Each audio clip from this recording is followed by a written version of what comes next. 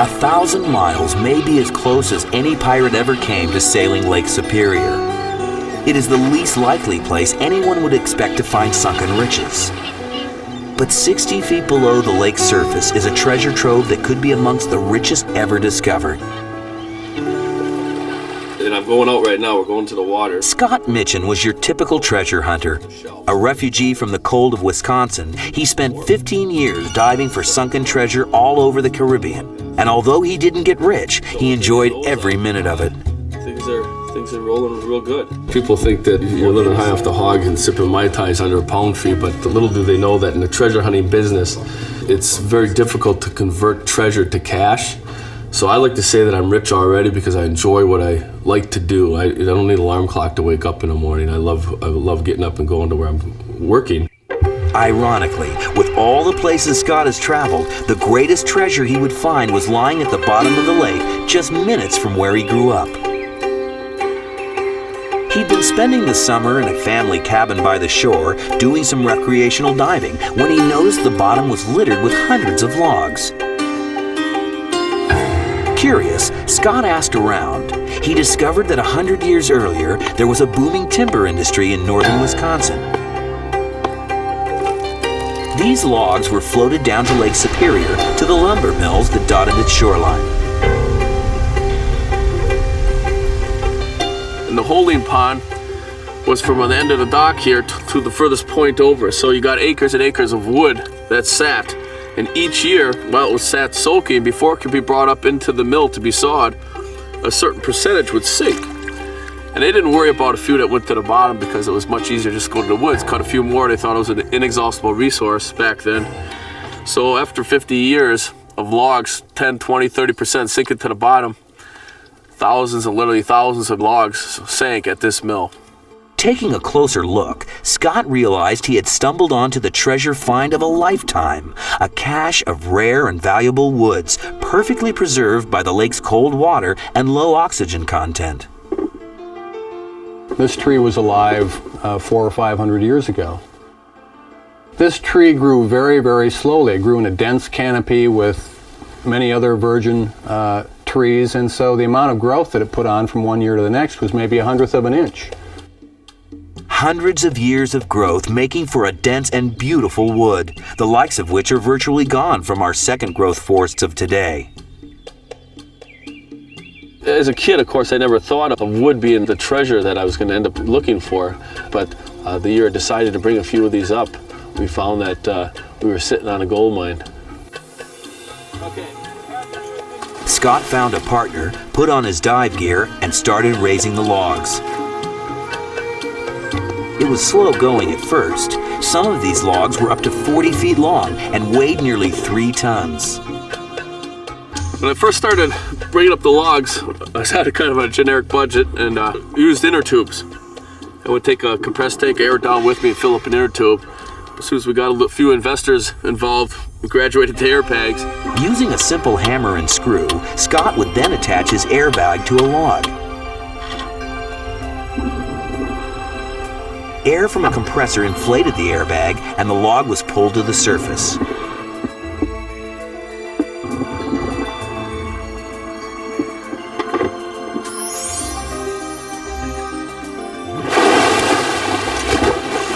This is the small end, 16-footer, nice straight veneer log. In a few short years, Scott has come a long way from inner tubes and screwdrivers. Using side-scan sonar, pictures are taken of the bottom and the logs are counted. Then divers go down and determine which logs are worth retrieving. We're graduating now to commercial diving, using the winch system, divers walking on the bottom, attaching the eye bolts. They come up much faster, it's much safer, got communication.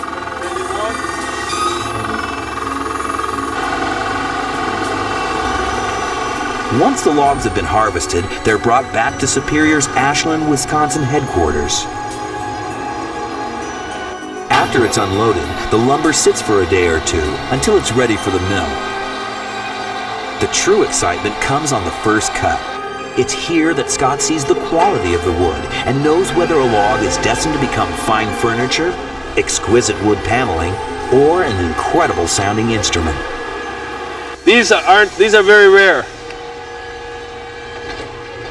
These are very rare even underwater today. So you don't really find anything like this in the woods at all. This maple is especially suited for musical instruments, and cutting it open requires an experienced hand.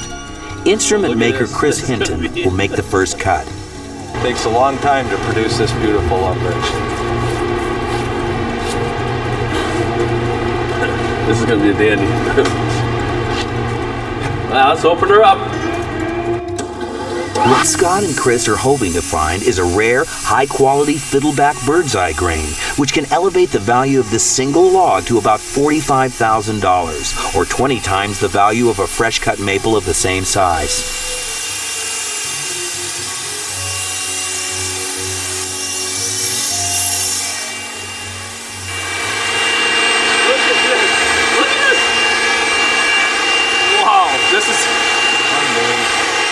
This is by far the granddaddy. We're looking at the concentration of the eyes in here, how close they are together, and the size of them. Well, not just the eyes, but now you got this figure and grain configuration that's going to give it an iridescent look. We'll have every violin maker in the world wanting the sets out of this log. For treasure hunter Scott Mitchin, cutting open this rare wood gives him as much pleasure as finding Spanish gold. It's like the treasure chest. You don't know till you open it up what's inside of it. In this case, it's full. It's full of gold doubloons in my eyes. This is full of a treasure chest as you're going to get in any log that's out there. After the timber is cut, it is dried in huge kilns. Then it's ready for experienced woodworkers like Rick Sturtz, who can transform the wood into extraordinary pieces, like this one. Well, this is an example of a piece of furniture that was made of bird's eye maple. You can see, especially in this board here, this is just a phenomenal example. You can see the character that gives bird's eye its name, all of these little circular patterns. And this board is just peppered with bird's eyes. This is an incredibly unique board here. So unique, this table will sell for between $5,000 and $10,000 with its combination of fine antique wood and extraordinary workmanship. Some of these same characteristics are what makes the wood perfect for the creation of musical instruments. Chris Hinton uses both the bird's eye and a rare birch in the making of this guitar. The acoustic qualities of this wood has to do with the fact that the logs were soaked for so long underwater.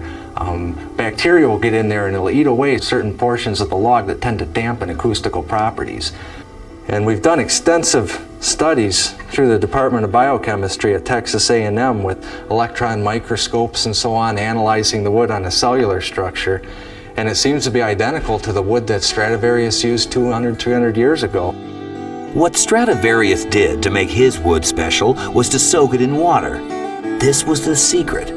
The water replaces the sap and then eventually evaporates, leaving tiny hollowed-out cell walls, which give the wood its special resonant quality. Considering that a Strad can fetch over $1 million, being compared to one is high praise indeed.